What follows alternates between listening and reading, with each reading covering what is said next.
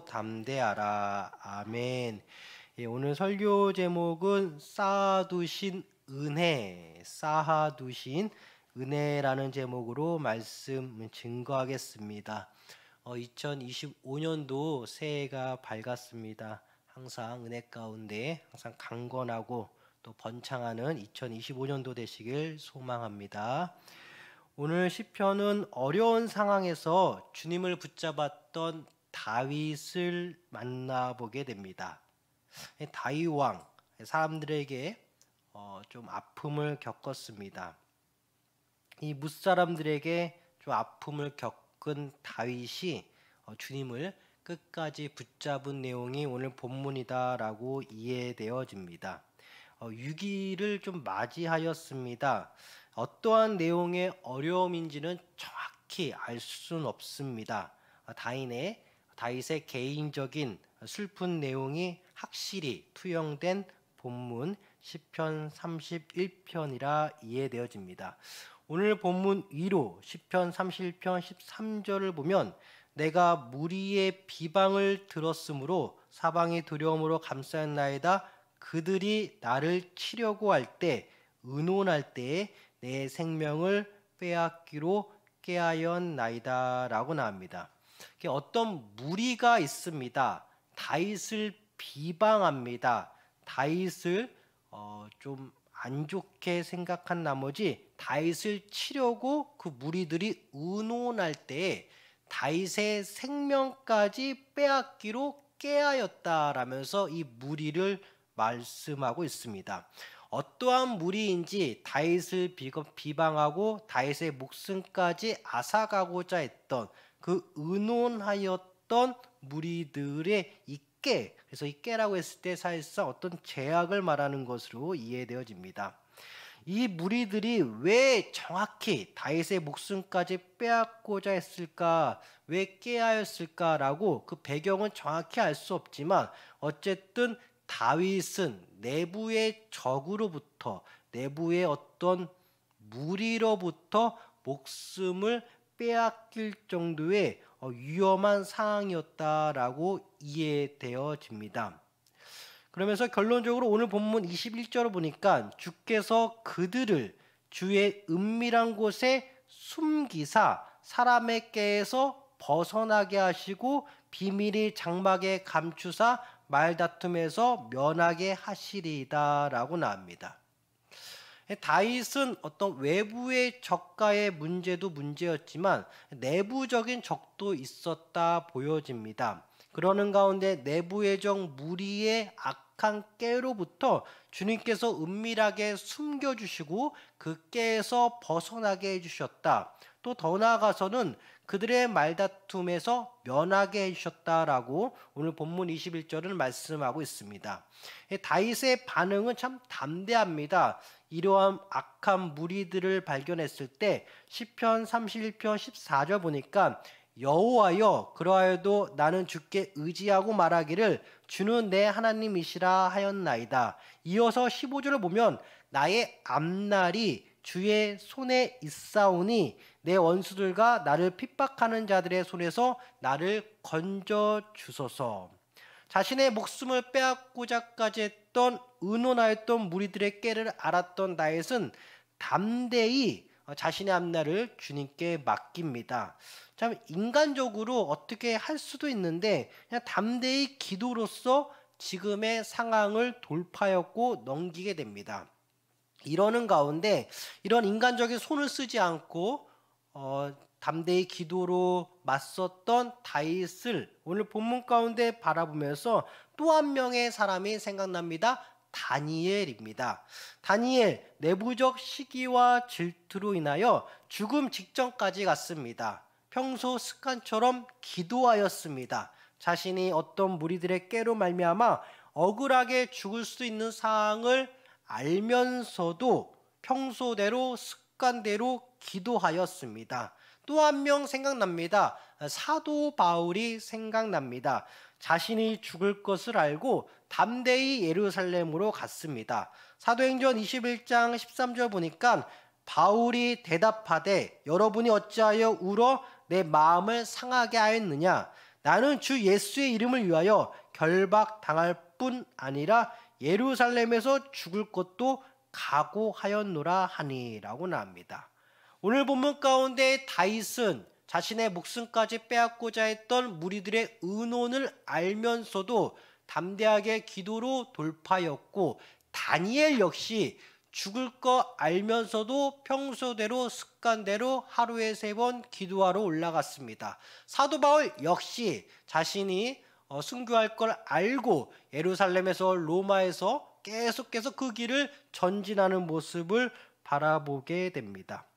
신앙생활이 그렇습니다. 갑작스러운 어려움에서 주님을 붙잡는 것, 동시에 자신의 앞날을 주님께 맡기는 것, 알면서도 그 길을 담대히 가야만 되는 것, 알면서도 그 자리를 회피하지 않고 자신의 손을 쓰지 않고 묵묵히 가야 하는 것, 그 자리가 바로 신앙생활임을 우리는 알 수 있습니다.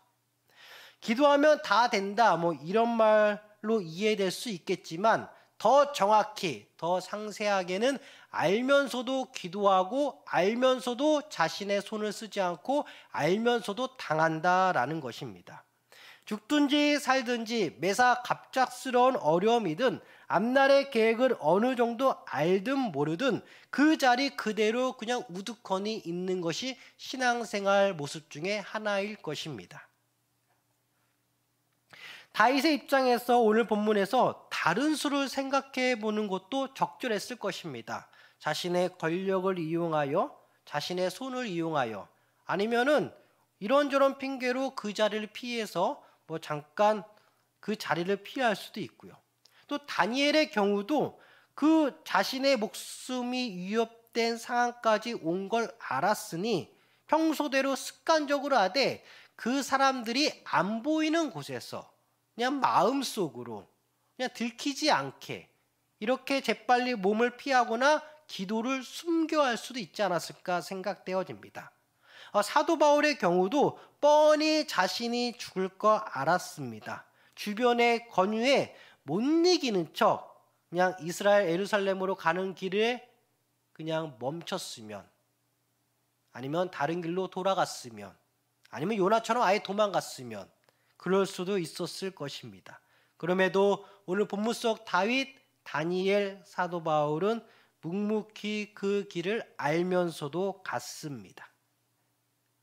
하나같이 갑작스럽던 이미 예견된 상황이든 공통적인 것은 그 자리를 지키고 그 자리를 떠나지 않았다라는 것입니다. 고통스럽지만 어렵지만 힘들지만 죽을 수도 있는 그 자리, 그렇죠? 다니엘도 그렇고 오늘 본문 다윗도 그렇고 사도 바울 말할 것도 없고요. 정말 진짜 죽음이었습니다. 근데 알면서도 가만히 그 자리를 지켰습니다. 물론 기도하고 주님을 의지하였다, 오늘 본문 나옵니다. 다니엘도 마찬가지입니다. 사도 바울 선생도 마찬가지입니다. 그러나 확실한 거는 신앙생활이라는 것은 알면서도 피하지 않고 담대히 그 자리를 지킬 때가 있어야 된다라는 것입니다. 오늘 보면 19절 통해 다윗은 말합니다. 주를 두려워하는 자를 위하여 쌓아두신 은혜, 그 주께 피하는 자를 위하여 인생 앞에 베푸신 은혜가 어찌 그리 큰지요.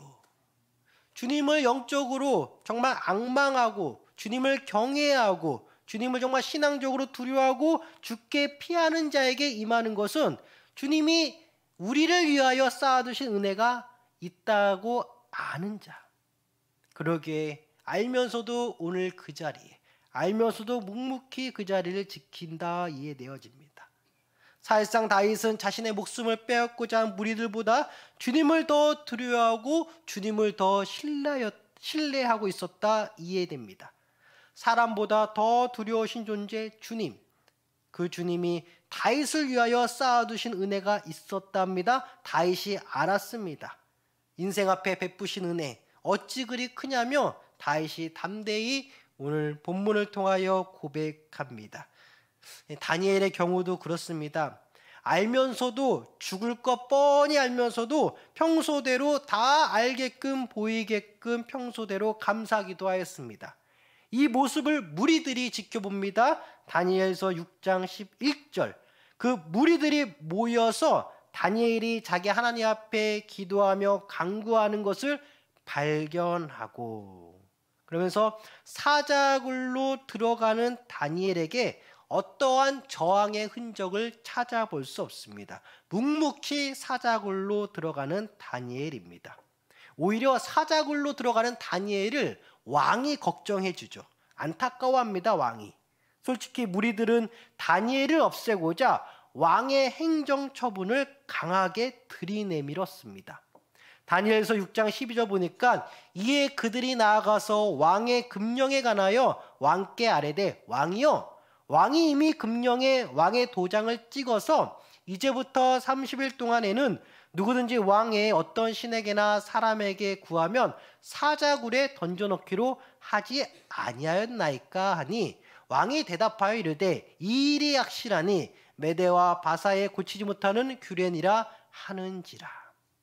다니엘을 죽이기 위해서 왕의 행정 처분을 걸고 넘어진 그 무리들, 그들의 꾀가 앞섰습니다. 그러나 다 아시는 것처럼 다니엘을 살았고 다니엘을 죽이고자 한 그 무리들은 가족들까지 다 죽었습니다. 또 결과적으로 다니엘을 걱정했던 왕도 살았습니다. 사자굴 사건을 통하여 왕은 다니엘의 하나님을 높입니다. 다니엘서 6장 26절을 보니까 내가 이제 조서를 내리노라. 내 나라 가나안 아래에 있는 사람들은 다 다니엘의 하나님 앞에서 떨며 두려워할지니 그는 살아계신 하나님이시요 영원히 변하지 않을 이시며 그의 나라를 멸망하지 아니할 것이요 그의 권세는 무궁할 것이며. 다니엘의 살아남으로 말미암아 왕까지 감화 감동받아 믿는 자들의 하나님을 높였던 왕을 만나게 됩니다. 인간적 저항 없이 묵묵히 사자굴로 걸어갔던 다니엘, 자기를 죽일 것을 아는 그 무리들의 의논까지, 그 무리들의 말소리까지 알았던 다윗이 오늘 본문 가운데 묵묵히 기도로 돌파했던 것처럼 사도 바울 역시 묵묵히 갔습니다. 사랑하는 성도 여러분, 알면서도 묵묵히 가야 돼요. 몰라서도 갈 수 있겠지만 알아서 더 가야 됩니다. 알기 때문에 더 가야 됩니다. 저항 없이 갔던 오늘 본문 속 다윗, 다니엘, 사도 바울, 이들은 저항 없이 묵묵히 자신의 십자가의 길을 걸어갔습니다. 사도 바울 선생 로마로 갑니다. 인간적인 저항이 없어요. 그러면서 주님의 품에 안깁니다. 사도 바울 선생 다 아시는 것처럼 여러 번 죽을 고비 넘겼습니다. 이것도 하나님의 은혜 가운데 다 살림받았어요.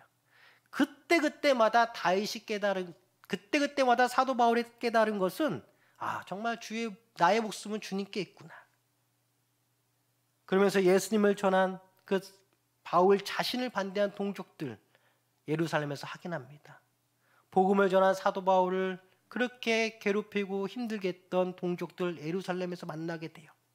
로마로 이송됩니다. 평생 자신의 사역 대상자인 이방인들 손에 로마에서 최후를 맞이하는 사도 바울 선생, 우린 다 알고 있습니다.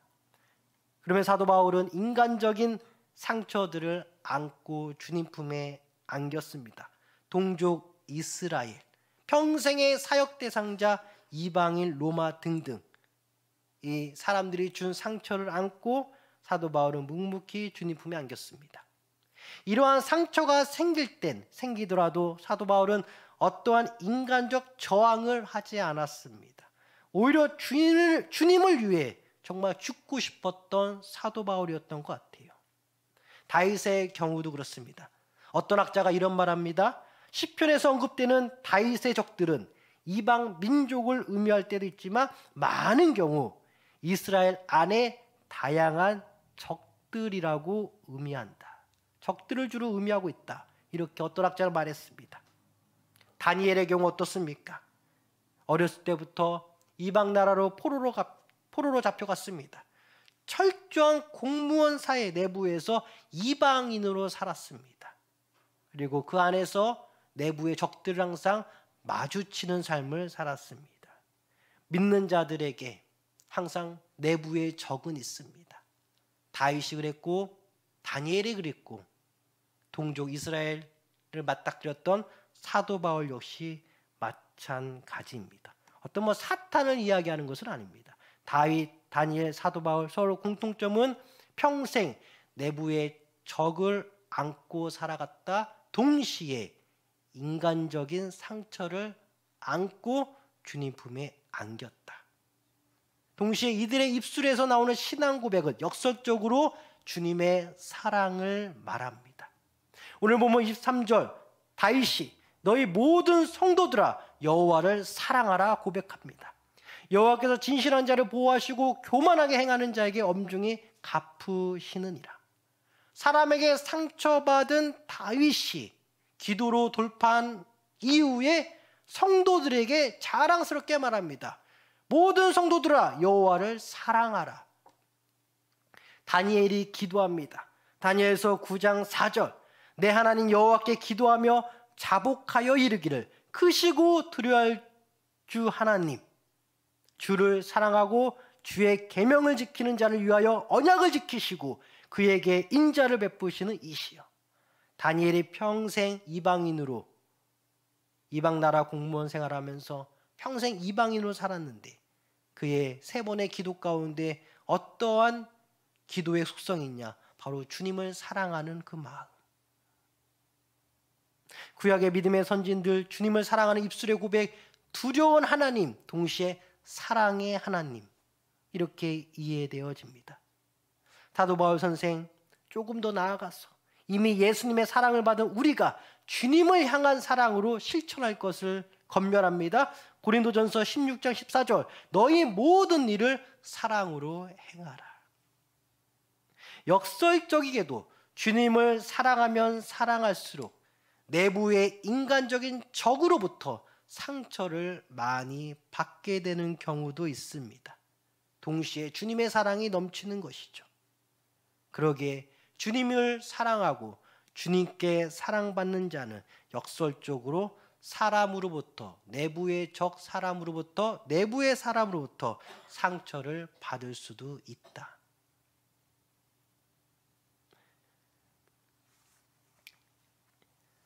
이러는 가운데 하나님께 사랑을 받는 사람일수록 내부의 적이 넘칠수록 저항을 하지 않아요. 그냥 오늘 본문 23절 같이 주님을 사랑하라고 그냥 사랑만 말하고 상처만 안고 주님 품에 안깁니다. 오늘 본문 마지막 구절이자 최종 결론 보니까 시편 31편 24절 여호와를 바라는 너희들아 강하고 담대하라. 우리 사랑 성도님들 우리가 언제 강하고 담대하냐? 사람에게 상처 받을 땐 받더라도 주님을 사랑하세요 라고 외칠 때 우리는 강해지고 담대해지는 거예요. 주님을 더욱더 사랑하니까. 주님을 사랑하면 사랑할수록 사람으로부터 상처가 더 많이 받으면 주님의 사랑이 끊어져야 되는데 아니 오직 더 주님을 사랑하게 된 나머지 그것이 더 강해지고 더 담대해진다. 그래서 하나님께 사랑을 많이 받은 사람, 동시에 인간한테 상처를 많이 받은 사람, 그들의 신앙 고백은 여러분 하나님을 사랑하세요. 주님은 그를 어떻게 평가하냐? 너가 강하고 담대한 자이니라. 역설적이게도 상처를 많이 받으면 받을수록 우리가 강해진다고 합니다. 우리가 담대해진다고 합니다. 우리가 더욱더 주님을 사랑하라고 외칠 수 있는 입술의 고백이 더욱더 단단해진다고 합니다. 역설적이게도. 이 강하고 담대함이 인간의 저항, 나의 저항을 없앱니다. 뻔히 알지만 당해요. 뻔히 알지만 가만히 있어요. 뻔히 알지만 그냥 기도해요. 뻔히 알지만 묵묵히 사자굴로 들어가요. 뻔히 알지만 묵묵히 예루살렘으로 가요. 뻔히 알지만 묵묵히 로마로 가요. 뻔히 알지만 오늘도 기도해요. 그러는 가운데 인간적인 상처를 다 안고 여러분 예수님 사랑하세요. 우리가 주님 품에 안겼을 때 너가 강하고 담대한 자였다. 이런 평가가 우리에게 옵니다. 점점 강해지고 담대해지는 은혜.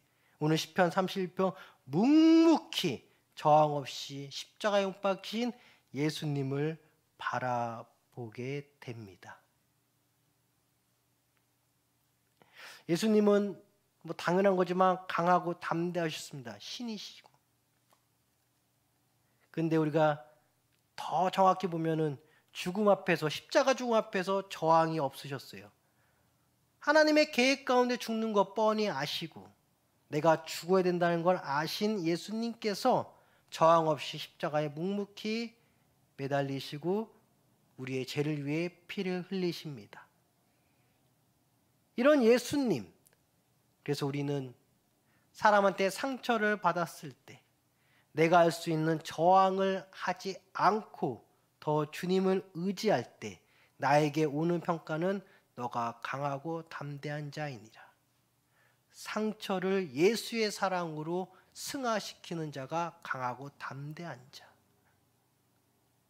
사도행전 8장 32절 보니까 읽는 성경 구조는 이것이니 일렀으되 그가 도살자에게로 가는 양과 같이 끌려왔고 털 깎는 자 앞에 있는 어린 양이 조용한 같이 그의 입을 열지 아니하였도다. 예수님이 그냥 어린 양 끌려가듯이 끌려갔다. 이렇게 나옵니다.